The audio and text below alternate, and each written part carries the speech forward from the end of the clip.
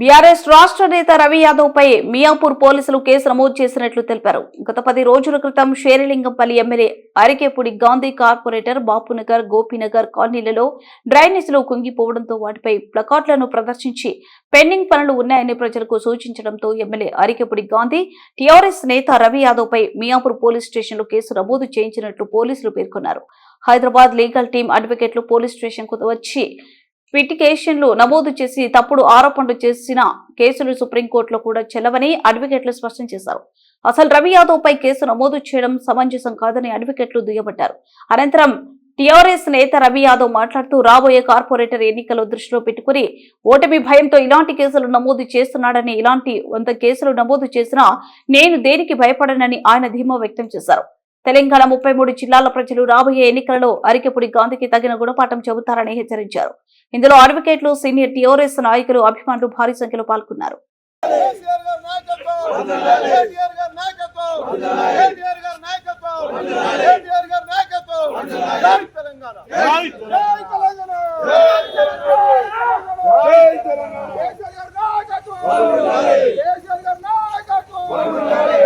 నమోదు చేయడం జరిగింది. FIR number 483 under section 356, 352. రీసెంట్గా హైకోర్టు జడ్జిమెంట్, అదేవిధంగా సుప్రీంకోర్టు జడ్జిమెంట్ నల్లబాలు కేసులో క్లియర్గా ప్రస్తావించడం జరిగింది. ఎవరైతే అగ్రీవ్డ్ పర్సన్ ఉంటారో, ఎవరైతే బాధితుడు ఉంటాడో ఆయననే కంప్లైంట్ చేయాలి. కంప్లైంట్ చేసిన వెంటనే ఎఫ్ఐఆర్ నమోదు చేయొద్దని క్లియర్గా నల్లబాలు గారి కేసులో సుప్రీంకోర్టు చెప్పడం జరిగింది, హైకోర్టు చెప్పడం జరిగింది. కన్సెంట్ డీసీపీ గారికి, కన్సెంట్ మేజిస్ట్రేట్లకు కూడా డైరెక్షన్ ఇవ్వడం జరిగింది. కానీ ఇక్కడ మా రవి యాదవ్ గారి మీద ఈరోజు ఎఫ్ఐఆర్ అయిన విధానం మనం చూస్తుంటే ఇక్కడ క్లియర్గా హైకోర్టు, సుప్రీంకోర్టు జడ్జిమెంట్లని పోలీసులు వైలేట్ చేసిరని మనకు క్లియర్గా కనబడుతుంది. ఇక్కడ రవి గారు చేసిన తప్పు ఎక్కడ కూడా, ఇక్కడ వాళ్ళు ఇచ్చిన కంప్లైంట్ ప్రకారం, వాళ్ళు చేసిన ఎఫ్ఐఆర్ ప్రకారం రవి యాదవ్ మీద ఎఫ్ఐఆర్ చేయొద్దని చెప్పి 41 సిఆర్పిస్కి వాళ్ళు ఏదైతే 35 క్లాస్ 3 నోటీస్ ఇవ్వడం జరిగింది. దానికి మేము క్లియర్గా రిప్లై రాయడం జరిగింది. ఏదైతే రవి యాదవ్ గారి మీద నమోదు చేసినటువంటి కేసు ఉందో చట్ట ప్రకారం ఈ కేసు చెల్లదు. 35 క్లాస్ 3 ప్రకారం ప్రాపర్గా మీరు ఇన్వెస్టిగేషన్ చేయండి. సుప్రీంకోర్టు అదేవిధంగా హైకోర్టు ఇచ్చిన జడ్జిమెంట్ల ప్రకారం, జడ్జిమెంట్లు ఎక్కడ కూడా జడ్జిమెంట్లో డీజీపీ గారు క్లియర్గా జడ్జిమెంట్ను వైలేట్ చేస్తున్నారు. ఇప్పటికైనా అంటే నల్లబాలు గారి కేసులో డీజీపీ గారికి, కన్సెంట్ పోలీసులకు ఇచ్చినటువంటి జడ్జిమెంట్లని మీరు ఫాలో చేస్తే తప్పుడు ఎఫ్ఐఆర్ నమోదు చేయడం అంటే సీనియర్ లీడర్లని, రవి యాదవ్ గారి లాంటి సీనియర్ లీడర్లని అంటే అనగదొక్కే కార్యక్రమం, రాజకీయ ప్రలోభాలకు లోబడి ఈరోజు కేసు చేసినట్టు మనకు కనబడుతుంది. ఇలాంటి పొలిటికల్ వెండక్టర్ మీద చేసినటువంటి కేసులకి బీఆర్ఎస్ క్యాడర్ భయపడదు. మేము బీఆర్ఎస్ లీగల్ టీం రవి యాదవ్కు అండగా ఉంటుంది, రవి యాదవ్ను కాపాడుతుంది. తప్పుడు కేసులు ఎన్ని పెట్టినా ఈరోజు రవి యాదవ్కి బీఆర్ఎస్ లీగల్ టీం అండగా ఉంటుంది. తప్పుడు కేసులు, ఈ కేసు మీద కూడా ప్రాపర్ ఇన్వెస్టిగేషన్ చేసి కేసులు క్లోజ్ చేయకపోతే మేము హైకోర్టుకి వెళ్ళి అదేవిధంగా క్రిమినల్ డిఫమేషన్ వేసే అవకాశం కూడా ఉంటుంది. ఫర్దర్గా ఏ కేసు పెట్టినా ఇక్కడ ఈ పరిధిలో ప్రాపర్ ఇన్వెస్టిగేషన్ చేయాలి.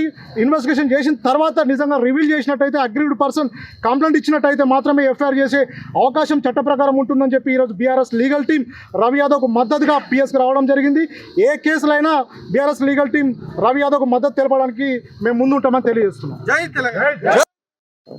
ఎఫ్ఐఆర్ చేయడం జరిగింది. ఈ ఎఫ్ఐఆర్ హైకోర్టు ఇచ్చినటువంటి గైడ్లైన్స్, నల్లబాలు కేసు ఏదైతే గైడ్లైన్స్ ఇచ్చిందో ఆ గైడ్లైన్స్ను కూడా బేఖాతరు చేస్తూ ఎఫ్ఐఆర్ చేయడం జరిగింది.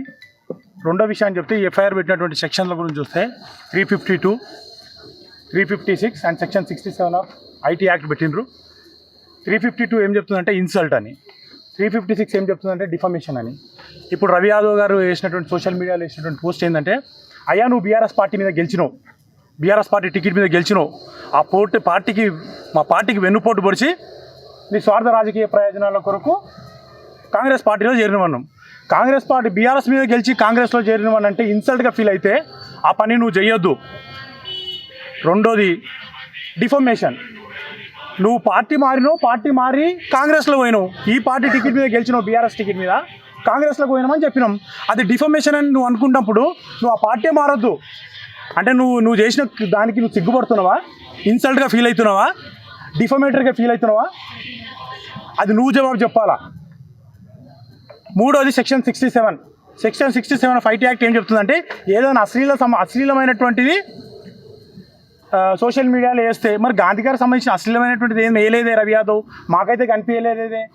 సరే, వాళ్ళ నాయకులు ఒక బీఆర్ఎస్ పార్టీ నాయకులని ఇబ్బంది పెట్టాలని రాజకీయ దురుద్దేశంతో కంప్లైంట్ ఇస్తే మళ్ళీ పోలీస్ వ్యవస్థ ఏం చేస్తుంది? ఎట్లా మీరు చేసిర్రు? ఈ సెక్షన్లు పెడతాప్పుడు సెక్షన్స్ అట్రాక్ట్ అవుతాయా లేదా అని చూసుకోవాల్సినటువంటి అవసరం లేదా? ఇది హైకోర్టు సుప్రీంకోర్టు గైడ్ లైన్స్ లైన్లో ఉన్నదని చూసుకోవాల్సిన అవసరం లేదా? అంటే గుడ్డిగా అధికారంలో ఉన్నటువంటి ప్రభుత్వము, కాంగ్రెస్ ప్రభుత్వము ఏది చెప్తే అది మీరు చేస్తారా అని అడుగుతా ఉన్నా. ఈ రకంగా చేయడం వల్ల జరిగేది ఏంటంటే ప్రజలకు పోలీస్ వ్యవస్థ మీద ఉన్నటువంటి నమ్మకం పోతుంది. ఇకనైనా ఇట్లాంటివి ఇవన్నీ చర్యలు మానుకోవాలి అని చెప్పేసి మేము చెప్తా ఉన్నాం. ఖచ్చితంగా ఈ ఎఫ్ఐఆర్ ఏదైతే చేసిరో ఇల్లీగల్ ఎఫ్ఐఆర్ని మేము హైకోర్టులో ఛాలెంజ్ చేస్తాం, దీన్ని స్క్వాష్ చేపిస్తామని చెప్పేసి తెలియజేస్తూ ఇంకో విషయం చెప్పేదాల్చుకుంటున్నాను నేను షేర్లింగంపల్లి నియోజకవర్గ ఎమ్మెల్యే గారికి. అయ్యా, ప్రజాస్వామ్యంలో నువ్వు ప్రజల ఓట్లతో గెలిచినావు. మా బీఆర్ఎస్ పార్టీ కేసీఆర్ గారు ముఖంని చూసి ఆయన మీద నమ్మకంతో నీకు ఓటేసిర్రు. నువ్వు నీ స్వార్థ రాజకీయ ప్రయోజనాల కొరకు బీఆర్ఎస్ పార్టీకి వెన్నుపోటు పెడిచి వేరే పార్టీలో పోయినావు. దాని గురించి ఏమైనా ఉంటే ప్రాయచిత్తం చేసుకో. ఓటేసిన వాళ్ళు ప్రశ్నిస్తారు ప్రజాస్వామ్యంలో. ప్రశ్నిస్తే తప్ప నువ్వు అభివృద్ధి చేస్తలేవు, అభివృద్ధి కోసం పోయినా అని చెప్పినావు. అభివృద్ధి ఏదని ప్రశ్నించడం తప్ప ఏది తప్పు? మా ప్రశ్నలకు జవాబు చెప్పడానికి నీకు చేత కాకపోతే, నీకు జవాబుదారీతనం ఉండడం నీకు ఇష్టం లేకపోతే తక్షణమే మా పార్టీ టికెట్ మీద గెలిచిన ఎమ్మెల్యే పదవికి రాజీనామా చేయి. నీకు దమ్ము ధైర్యం ఉంటే మళ్ళీ కాంగ్రెస్ పార్టీ టికెట్ మీద నిలబడి గెలువు. అప్పుడు మేము అడగము, ఏ బీఆర్ఎస్ నాయకుడు కూడా నేను క్వశ్చన్ చేయడు. అంతేగాని ఇట్లాంటి తప్పుడు కేసులు పెట్టి పోలీసుని ఇన్ఫ్లుయెన్స్ చేసి అట్రాక్ట్ కాని సెక్షన్స్, సుప్రీంకోర్టు గైడ్లైన్స్ని కూడా పక్కదో పట్టించి ఈ పోలీసులతో ఈ కేసులు చేస్తే జరిగేది ఏం లేదు. తాటాకు చప్పుళ్లకు భయపడేటోడు ఏడలేదు. బీఆర్ఎస్ పార్టీ నాయకులు, బీఆర్ఎస్ పార్టీ క్యాడర్, అదేవిధంగా షేర్లింగంపల్లి నియోజకవర్గ ప్రజలు ఈ వచ్చే ఎలక్షన్లో, అది జిహెచ్ఎంసీ ఎలక్షన్ అయ్యిండొచ్చు, వచ్చే జనరల్ ఎలక్షన్ అని అయ్యిండొచ్చు, నిన్ను ఇంటికి పంపించడం ఖాయం అని చెప్పి తెలియజేస్తా ఉన్నాం. విధాల అండగా ఉంటామని ఏ రోజు అయితే చెప్పిండ్రో ఆ రోజు ఇవాళ మా లీగల్ టీం మొన్న నోటీస్ వచ్చిన 5వ తారీఖు నుంచి ఫాలో అప్ చేసుకుంటూ సుప్రీంకోర్టు జడ్జిమెంట్లు, హైకోర్టు జడ్జిమెంట్లు, నల్లబాలు కేసులు ఇవన్నీ తీసుకొచ్చి ఇప్పుడు ఈరోజు సిఐ గారికి సమర్పించడం జరిగినది. భవిష్యత్తులో కూడా ఏ కార్యకర్త మీద ఏం జరిగినా ఈ కాన్స్టిట్యున్సీలో 5 నిమిషాల లోపల మా అధిష్టానానికి పోతుంది, 5 నిమిషాల లోపల మా లీగల్ టీం అలర్ట్ అవుతుంది, 5 నిమిషాల లోపల మా కార్యకర్తలను కంటికి రెప్పలా కాపాడుకుంటామని బీఆర్ఎస్ పార్టీ ఆది నాయకత్వం ఆ రోజు చెప్పింది. ఈ రోజు చేసి చూపించింది. జై తెలంగాణ, జై షేర్లింగంపల్లి నియోజకవర్గంలో షేర్లింగంపల్లి యువ నాయకుడు రవి యాదవ్ గారిని జరిగింది. దానికి ఆయనకు మద్దతుగా మీ అందరం కూడా ఈ యొక్క మియాపూర్ పోలీస్ స్టేషన్ రావడం జరిగింది. మొన్న కూడా 4 రోజుల క్రితం అందరిని పిలిచిండ్రు, నోటీస్ ఇచ్చిండ్రు రవాణాకి, దీనికి సంజాయిషి సమాధానం ఇవ్వాలని చెప్పిండ్రు. ఈరోజు కూడా మా లీగల్ అడ్వకేట్స్ తోటి ఈరోజు మేము ఆ యొక్క సమాధానం కూడా ఇవ్వడం జరిగింది. ముఖ్యంగా ఈరోజు మా అడ్వకేట్స్ నల్లబాలు కేసు కింద మీరు ఎట్లా కేసు ఫైల్ చేస్తారు అని చెప్పేసి కూడా గట్టిగా అడగడం జరిగింది. వాస్తవాన్ని చూసి ఇది కోఇన్సిడెన్స్. ఈయన నిక్ నేమ్ కూడా నల్లబాలునే. ఈయన నిక్ నేమ్ ఎవరైతే కంప్లైంటెంట్ ఉన్నాడో ఉప్పలపాటి శ్రీకాంత్ అనే అతని పేరు, నిక్ నేమ్ నల్లబాలు. ఆ నల్లబాలు అనే అతను నల్లబాలు కేసు చూసుకుంటే బాగా అర్థమవుతుంది అని చెప్పేసి కూడా నేను షేర్లింగంపల్లి పార్టీ మార నాయకులకి నేను తెలియజేస్తున్నాను. ఎందుకంటే గత 3 సంవత్సరాల క్రితం మీకు ఈరోజు మా టీఆర్ఎస్ పార్టీకి ఒక పింక్ బుక్ ఉంది. ఆల్రెడీ పింక్ బుక్లో ఏ అధికారి, జిహెచ్ఎంసీ అధికారులు కావచ్చు, పోలీసు అధికారులు కావచ్చు, రెవెన్యూ అధికారులు కావచ్చు, ఏ అధికారులు అయినా సరే మా పార్టీ నాయకులని, కార్యకర్తలను ఎవరైతే ఇబ్బంది పెడుతుర్రో ఈ యొక్క పింక్ బుక్లో మేము రాయడం జరుగుతుంది. రేపు మా గవర్నమెంట్ వచ్చిన తర్వాత ఈ తెలంగాణ రాష్ట్రంలో వీళ్ళు ఎక్కడ పనిచేసినా కానీ మా ప్రభుత్వం వీళ్ళ మీద తప్పకుండా యాక్షన్ తీసుకుంటుందని చెప్పేసి మీ సభాముఖం మీ అందరికీ కూడా తెలియజేస్తున్నాము. అట్లాగే మీకు 2 విషయాలు తెలియాలి. ఇప్పుడు మా రవణ ఏమన్నారు, మీరు పార్టీ మారిండ్రు అని అన్నారు. తప్పేముంది దాంట్లో? మీరు ఎందుకు మారిండ్రు? టీడీపీ నుంచి టీఆర్ఎస్లోకి వచ్చారు, టీఆర్ఎస్ల నుంచి కాంగ్రెస్లోకి వచ్చారు. ఎందుకు పోయారు?